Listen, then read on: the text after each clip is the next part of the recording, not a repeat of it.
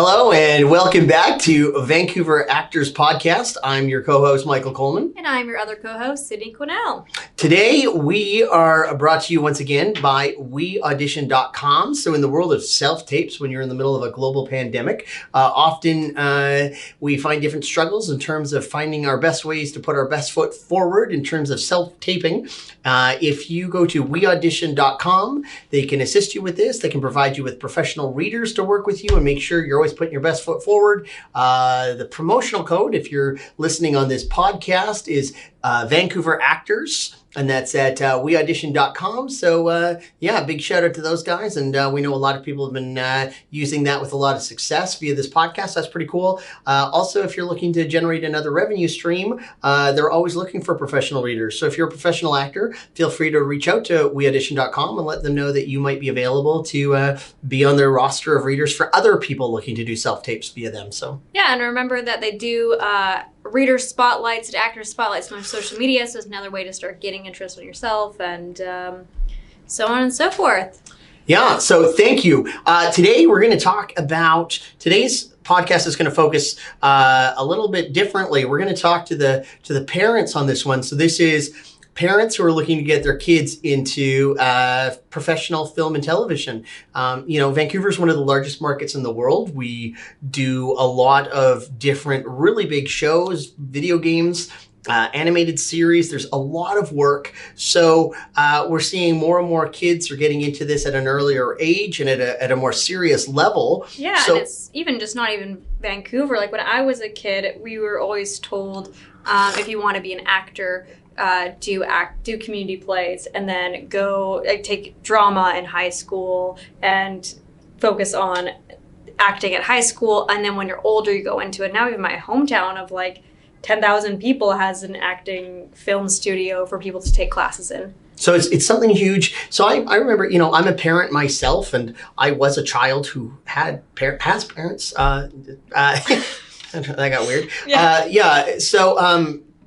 I get it. I find one of the interesting things about this industry is less about trying to get the right answers. It's trying to get the right questions. A lot of times we're trying to find resources I don't even know the right questions to ask, let alone trying to find the right answers. So hopefully today's podcast is going to focus in on that because, your kids are probably, if not the most important thing, one of the most important things in your life. So let's find a way to give them a chance to do this in a safe, empowering, respectful fashion that allows them to discover their true inner joy. Yeah, and I find that right now, especially in 2021, there's a lot of kids who are looking up to different kinds of role models in a lot of kindergarten classes. Instead of people saying they want to be a firefighter or a police officer, they're saying they want to be an Instagrammer or a YouTuber. And Sure. Acting is a way that you can kind of have the same kind of ideals while pushing it into a career that has longevity and that can last forever. Well, yeah, I think that's actually a really good point. If you think about it, even with what we're seeing with TikTok and Instagram and YouTube and all these different influencers, at the end of the day, it's still content creation. Mm-hmm. And that's all we do with film and television is this content creation. We're creating stories, we're educating, we're entertaining, and it's evolving. But the core foundations of storytelling are all the same. So I think, we're only seeing more and more opportunities for people to self-produce, self-create, and also work in the mainstream. So I think it's more important now more than ever to really understand what are the things to maybe avoid, what are the things to gravitate to, and try to keep it fun. I'll say this: my wife and I have a really simple rule with our kids that anytime anything's not fun, there's no point in being a kid if it's not fun. So we just, as soon as it's not fun, we stop doing it. And this can be a crazy amount of fun, even when, you're working with celebrities or big budget shows and thousands and millions of dollars on the line, blah, blah, blah. There's a lot involved with it, a lot of self-exploration. But at the end of the day, a reason I don't know about you, but the reason I got into this is when I was in high school, I took all the same classes everybody else did. This was just the most fun. And then, I decided at a very early age, what do I want to do for a living? I want to have fun for a living. And I think we should give everybody that opportunity. Yeah, I think that it just really, it's also a good reminder that for kids, that acting is hard work, I think that a lot of them kind of forget that, well, it's very fun. And if you really do enjoy acting and do want to do this as a career, you will find the hard work fun. Yeah. But I remember, like, when I was being a reader in casting offices, seeing the different types of kids that would come in, and the ones that were very professional seemed to be enjoying themselves throughout the entire audition process, and sitting down in the audition waiting room is a big telling factor of who actually wants to be there. Sure. And what kids are there because their parents are maybe in the industry, or what kids are there because, and their parents are just absolutely clueless, but the kids are 100% like gung-ho, ready to go. Yeah, for sure. So we're going to go through a few things today. We're going to talk about what the opportunities are.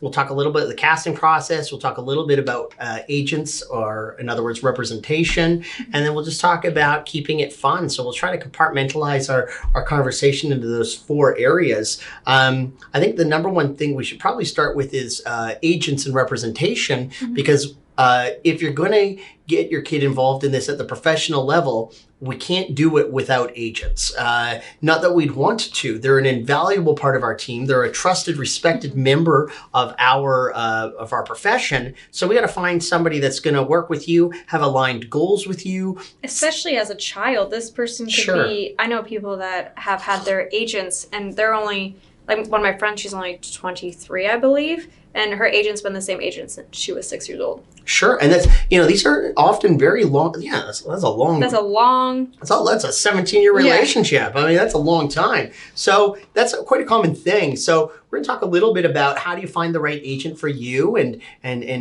how you guys maintain that level of communication, and how you make it a positive experience. So I would say, relationships are relationships are relationships. So one of the things I would remember is that you don't work for the agent. The agent doesn't work for you. You work together. Mm-hmm. So if I were looking to get an agent, you do a traditional submission package. You'd go to the website and see if they want it in person or via, like, electronically. They're going to generally want a resume, a cover letter, a couple of headshots, maybe a couple of scenes on tape. And if they like what they see, if they like what they see, I mean, if they think they can represent you and get you in the room, they'll give you a call and bring you in. If an agent doesn't see you, it doesn't necessarily mean you're bad or no good at this. It just means that particular agent isn't sure how to get you in the room, and it would be a disservice to you to put you on their roster. Mm-hmm. And it doesn't mean forever also. Mm-hmm. But you want to find someone that will really mesh well with your child also. You want your child to feel comfortable with the agent. And for sure. No, I know that there's one family that we know quite well. The son has a fear of dogs, and their previous agent kept submitting them for the popular shows here that shoot with dogs. And this agent the new agent got the son an audition for one of the dog shows in town. And very quickly, as soon as the agent found out about his phobia, totally went through submissions to make sure there's no dogs on any sets that they're submitting for. So, that starts right away with, going back to relationships are relationships are relationships. Whenever you meet with somebody, you have to understand that when you meet with an agent, it's a two-way interview. Like, you're interviewing them, they're interviewing you, and you're finding out, do you guys have aligned goals? Do you have aligned visions? Do you have, do your communication systems align with one another? Like, it's all about finding, is this the kind of relationship we want to pursue? Is it the kind of thing where when the phone rings and you look and it's like, oh, it's my agent, are you excited or scared? Same thing the other way around. Does the agent look, oh, not them again? So you want to find somebody that's excited about you, you're excited about them, you have shared goals, you listen to each other, you pay attention. If you're afraid of dogs, they're not submitting you for dog auditions. If you want to get into if you want to start doing voiceovers, or if you want to do movies or TV shows, you're working together to systematically find ways to climb the ladder and be known differently, expand your skill sets, expand your visibility, find different ways to work together to get your child where they want to be. At the end of the day, everybody on your team should be working towards the same goals. And if you're not, you need to sit down and either realign the goals, re-envision the goals, or you need to consider a different relationship. Which, remember that your agent only makes money when you do. Which brings me to my next point. For child actors, there's kind of a lot more of those agencies that aren't really agencies, don't have agency licenses, where you have to pay, say, $300 to take classes with them and be on their roster, and then another $500. Those aren't real agencies. An agent who is a licensed agent who can actually get you auditions won't cost you money except for off commission of your paycheck. Yeah, I mean, the old adage, if it's too good to be true, it probably is. So anytime somebody says, hey, even if it only costs you $25, $100 and this and that, anytime somebody starts asking for money up front, before agents don't take money up front, they take money after you take a booking. So anybody who's asking for money up front, that's a really good red flag. And I'll just say that's universal. So there are no maybe if, ands, buts, or exceptions. If somebody's asking you for money up front, it's a red flag, and I think it'd be my professional advice is to go a different direction. I would never start any relationship where somebody says, first give me $25, then we can be friends. I wouldn't do that in my real life, let alone my representation life. Now, you're gonna have to pay money for headshots. You're gonna have to pay money to put yourself up on different acting websites like Actors Access and Casting Workbook and all the traditional things. You're gonna spend money, but you shouldn't be paying your agent money. These are fees that an actor must do at a professional level. So be prepared to pay fees.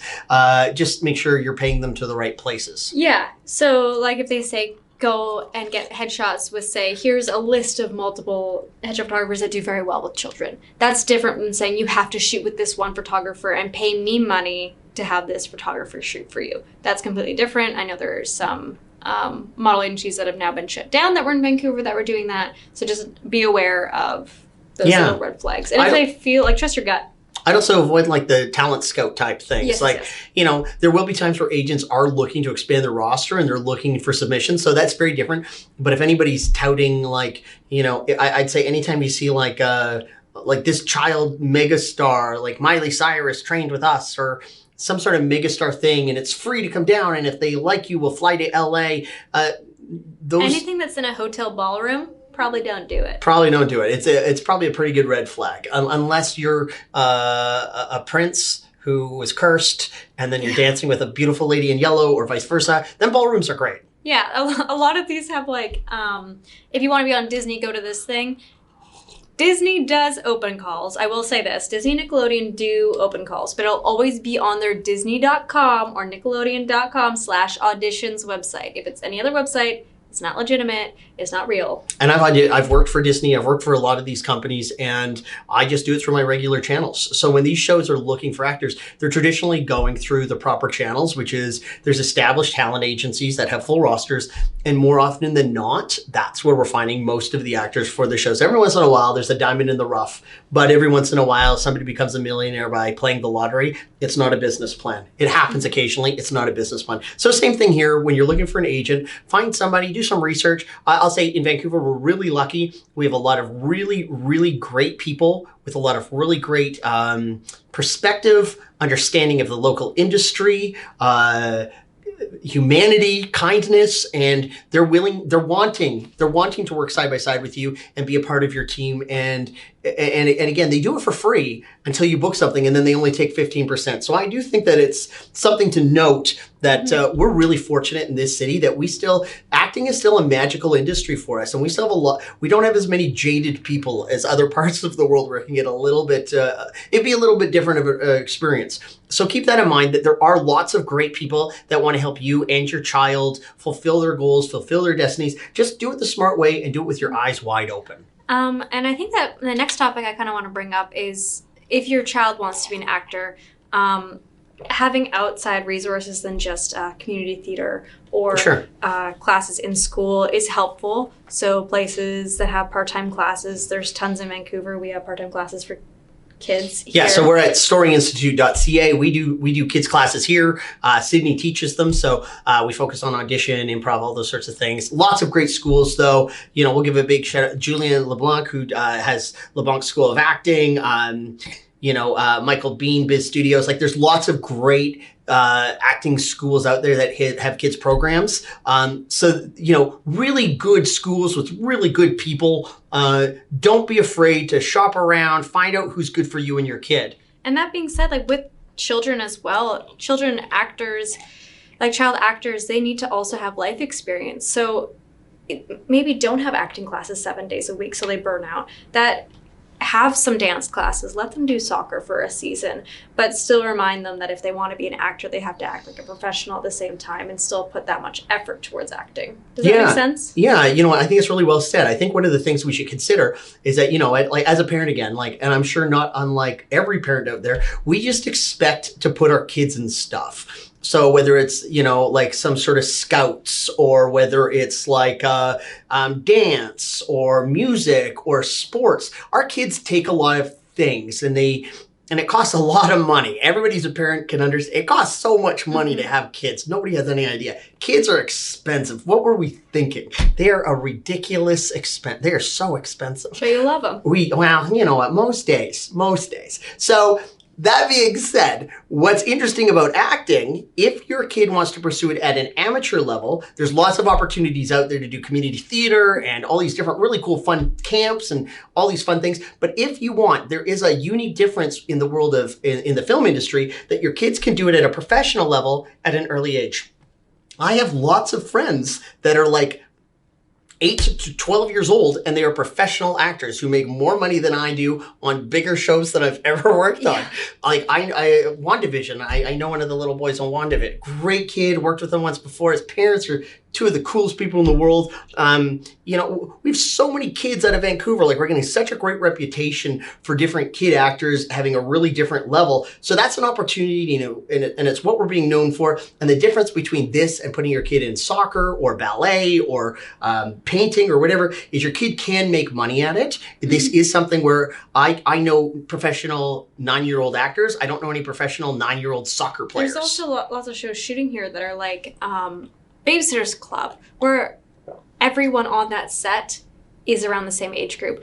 I find that it's really important because I also, outside of teaching acting for kids, I also teach cheerleading for kids. And I think it's really important for kids to also have their same age group. So they have this core group where they could all like go for ice cream together when it's not COVID and that kind of thing. So they can actually socialize with the same age group instead of just being surrounded by adults all the time. There's lots of opportunities for that in a city like Vancouver to find like-minded children for them to hang out with. For sure. And I would say some of the core elements, what's really, I think really one of the things that draws a lot of us to the craft of acting is that there is a real focus on self-empowerment, self-care, self-awareness, community, inclusion, diversity. Like, these are all words that we've spent a little bit more time over the last couple of years really focusing on as a society. And this is something in the world of acting that we've been focusing on for a long time. I mean, one of the reasons I became an actor is in the 8th grade, I was horrifically bullied, horrifically. And I had a really great teacher, Ms. Fraser, in the 8th grade,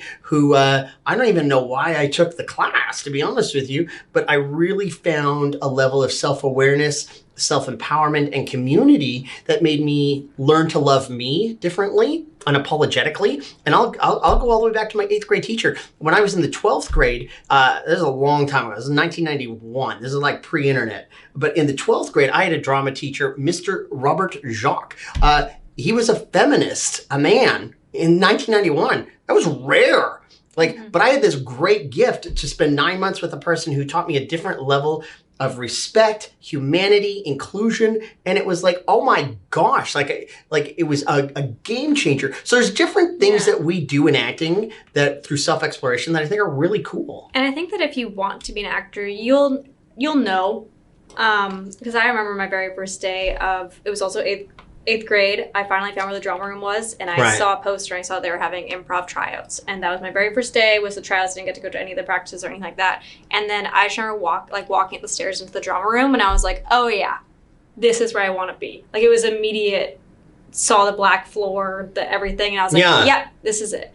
And I feel like that's a lot of people who keep doing this for years, that's the same like core feeling that I think that we all have. Yeah, I agree with you. So, I worked on a show called Once Upon a Time for 7 years with a young man named Jared Gilmore. And, he started, I think he was like 10 or 11 years old. He's like a old man now. He's 18 or something. But, but yeah, like, it's really cool to see. I've had a firsthand chance to see people get to do it at various levels This is a real thing, and it's really cool. But our advice is don't get caught up in the fame and the fortune, but realize that if you're going to pursue it at a professional level, there's going to be some different expectations from professional audition opportunities and professional sets. And there's going to be different opportunities, but they never need to be at the expense of the fun. So our advice is to find yourself, first and foremost, I'd say, before you even get into an agent's going to want to know, how am I going to get your kid in the room? And the way to get people in the room is either A, they have training, B, they have experience.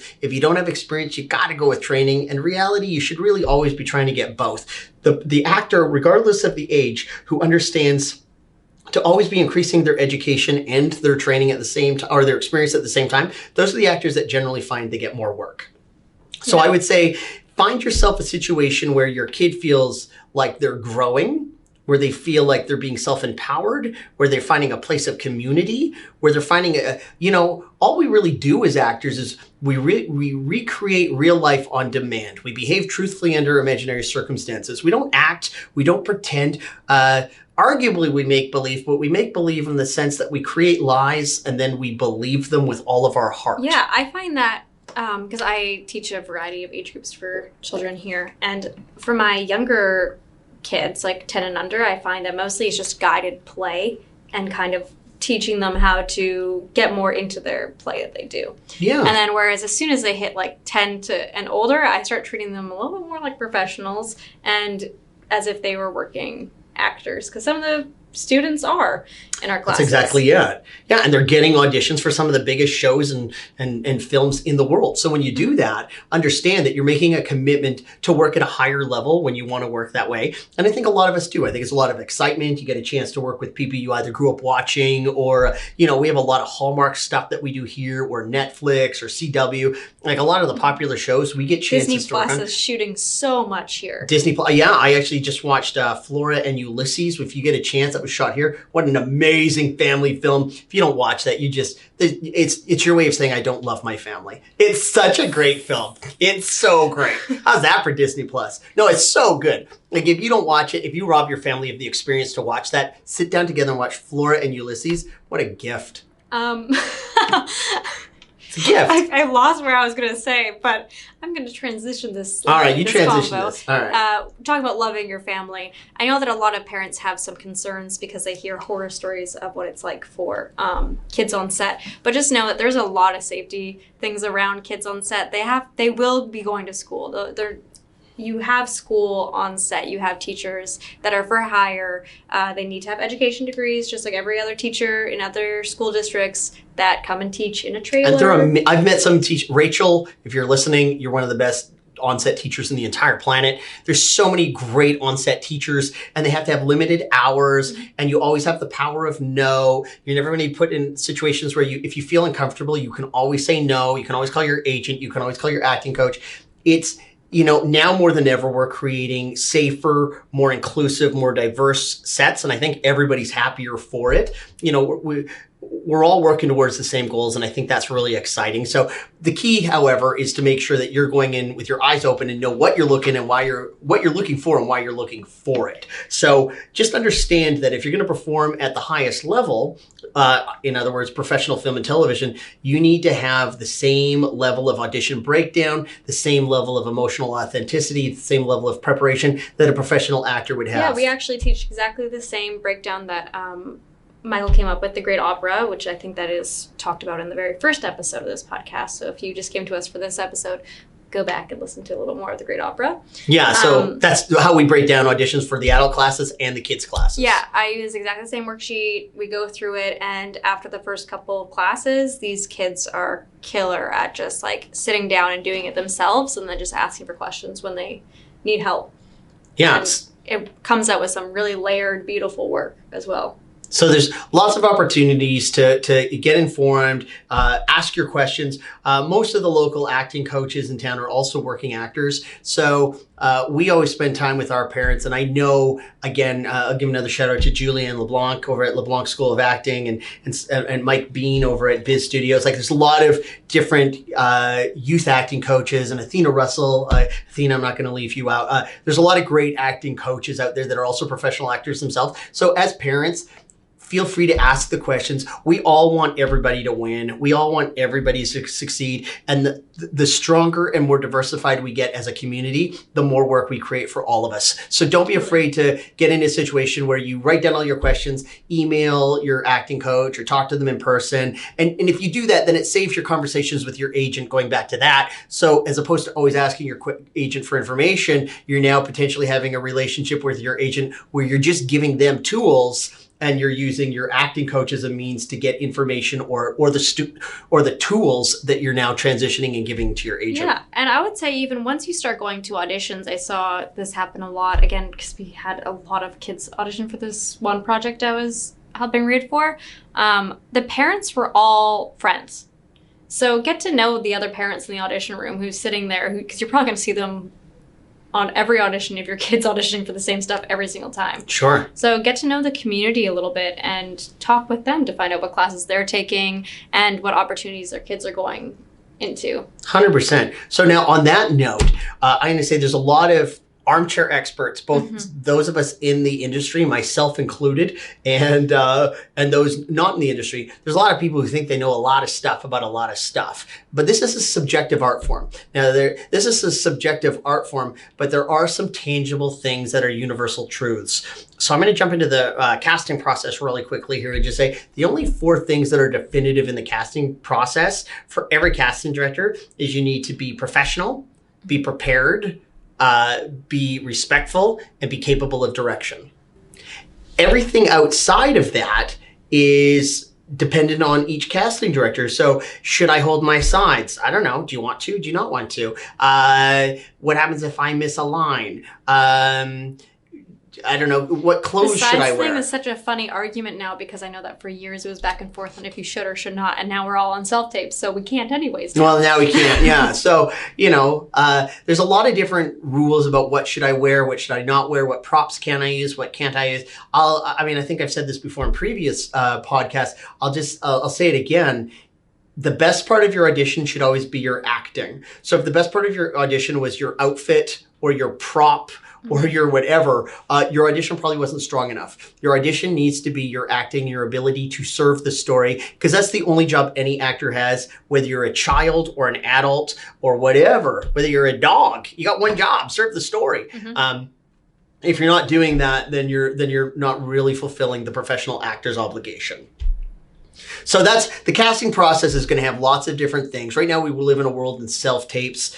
If you get a chance, I would look up Jackie Lynn's self-tape demo. Her and another local Vancouver performer, I believe it's April Tellick, who does it with Jackie. They do an incredible breakdown on how to do a professional self-tape. So this is applicable not just for adults, but for kids as well. Really great in terms of lighting and framing and all the technical side of things. They do an absolutely beautiful job. It was a gift they gave to the community, and I think it's a testament to how great they are as a community, peer and friends. So regardless of which side you are on with the camera, casting or actor, we're all fighting for the same thing. We're all fighting to create a better world for all of us. And just a reminder that like every casting director, every time you go in to meet them, you are a potential solution to their problem. They want you to succeed. They want to find the proper person for the role. And that kind of goes into a lot of parents. I know that my mom, for my little sister, is kind of a similar way. She's nervous about getting my sister into acting because she's like, I don't know the industry. People are there to help you. They want your child to succeed. They're, as much as this industry is very unforgiving, it's also a very forgiving industry at the same time.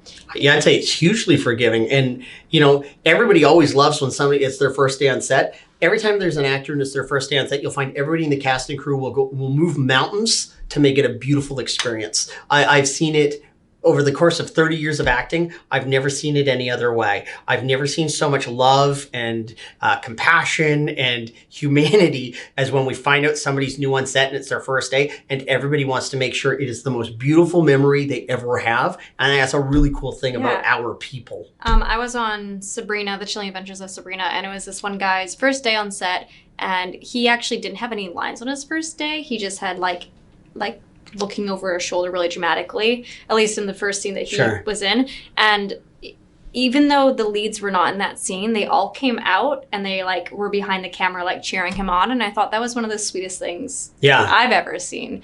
That cast was also great to background as well. Because I was on it even before it was released. So they were like really, really great to background. They always came over and said, hey, and all that kind of stuff. So just like, for an example, they will help you out if you need. For sure. Well, I think we're seeing more and more of that cast, crew, background, like, everybody's just really all in this together. And a lot of these shows become more like families than anything else. And it's really cool to see. And again, this can be a really fun, supportive, welcoming industry. So on that note, I think a lot of parents will have, I know I'd probably have the same thing. My kid's a little shy, or I'm not sure how they're going to be around this or that. It's a process. Everybody gets to be new. Everybody gets to just be better today than they were yesterday. And our advice is, if you're serious about this,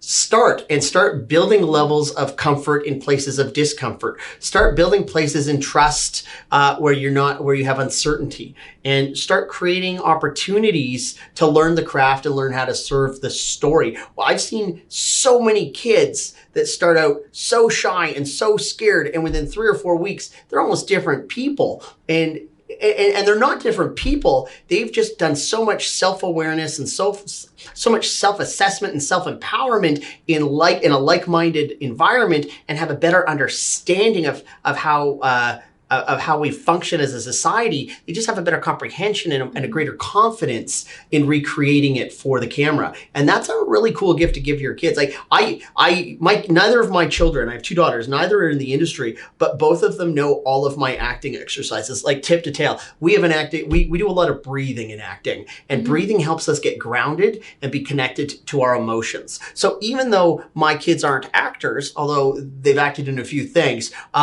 they know these breathing exercises better than probably most of my students, and that's how they stay grounded and in control of their emotions. And I have incredibly well-rounded children because of that. Honestly, every single time that I have a first day of an adults class, I always ask, hey, has anyone meditated before? Because what I do is not meditation, but if you didn't really understand the exercise, you might just consider it as meditation, sure, even though it's more active than that.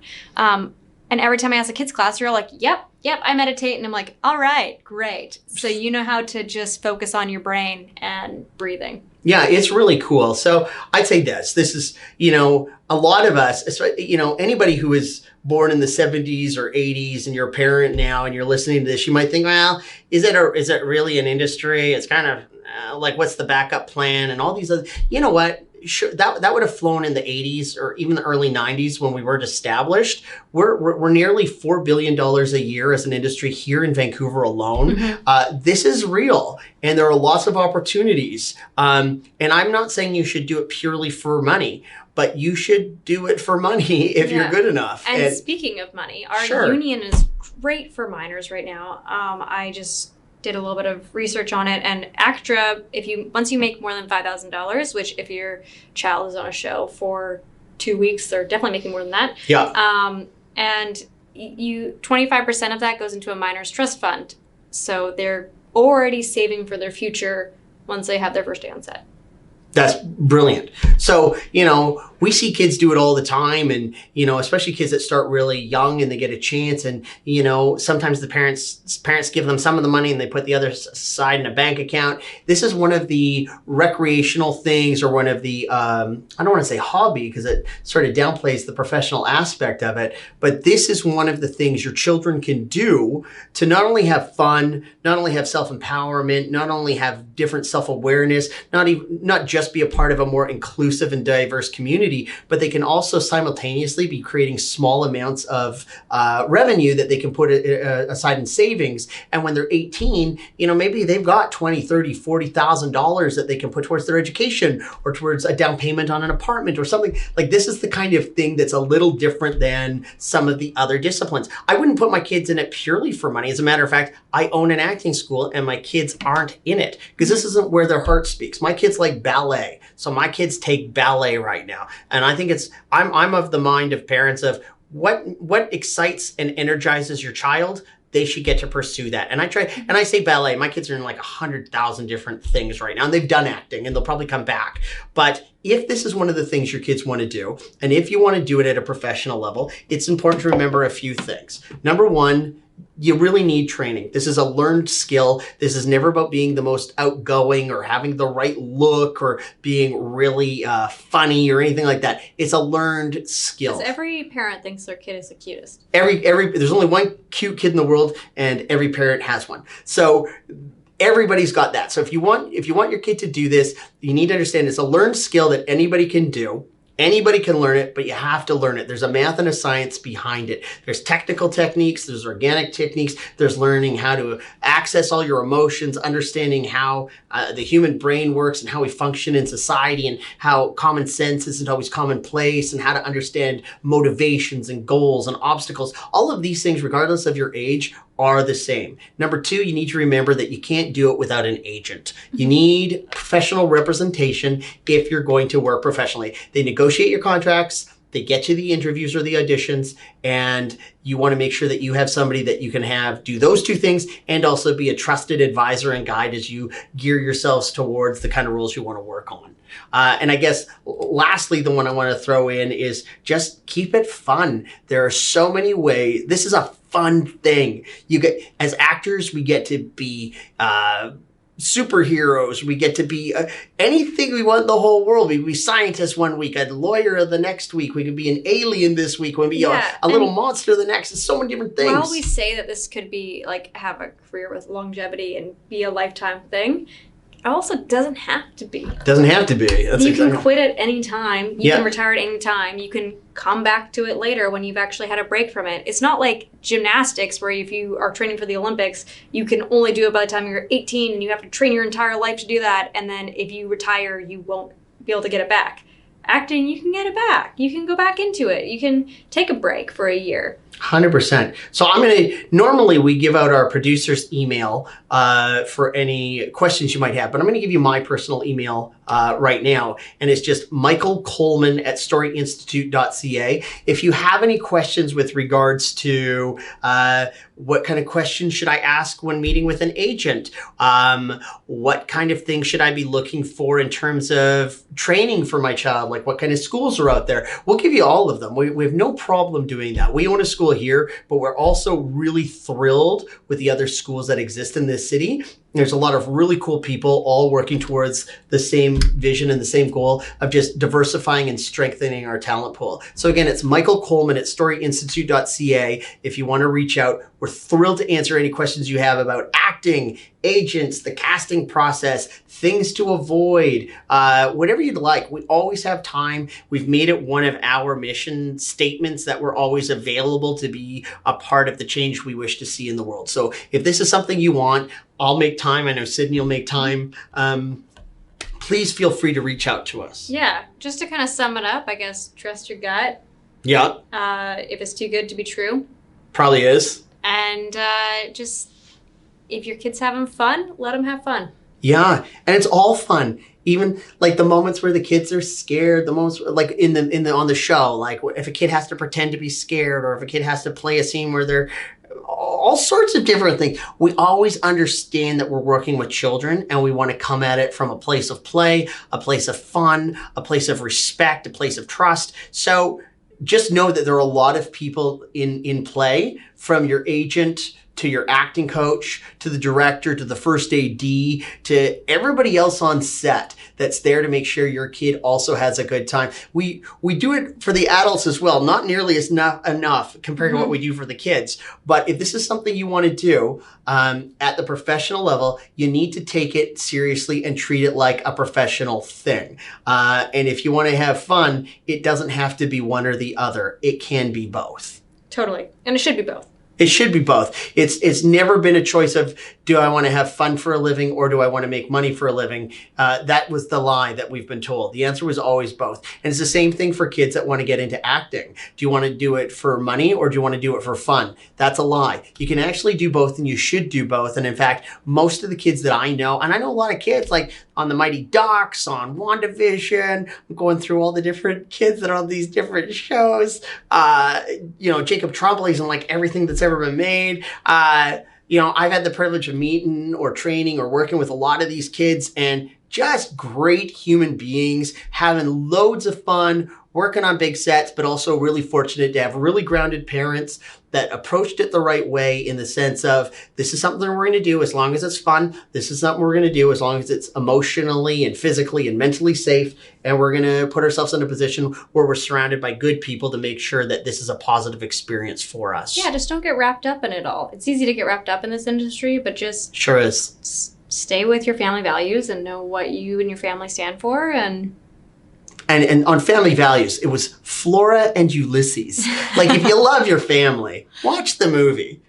Watch it. It's so good. It's so good. And that's our podcast for this week. Thank you so much for paying attention and listening. Next week, we have one of the strongest photographers in this town, Brandon Hart, is going to come in and talk to us and give us advice on headshots and how to come in prepared and how to make sure you get the most out of what is probably the most important marketing piece we have is our headshot and then our demo reel. This is it. So we're going to get a chance to talk to one of the city's best. So if you have any questions, this is where you may want to contact our producer, Lydia Rimmer. That's L-Y, why not?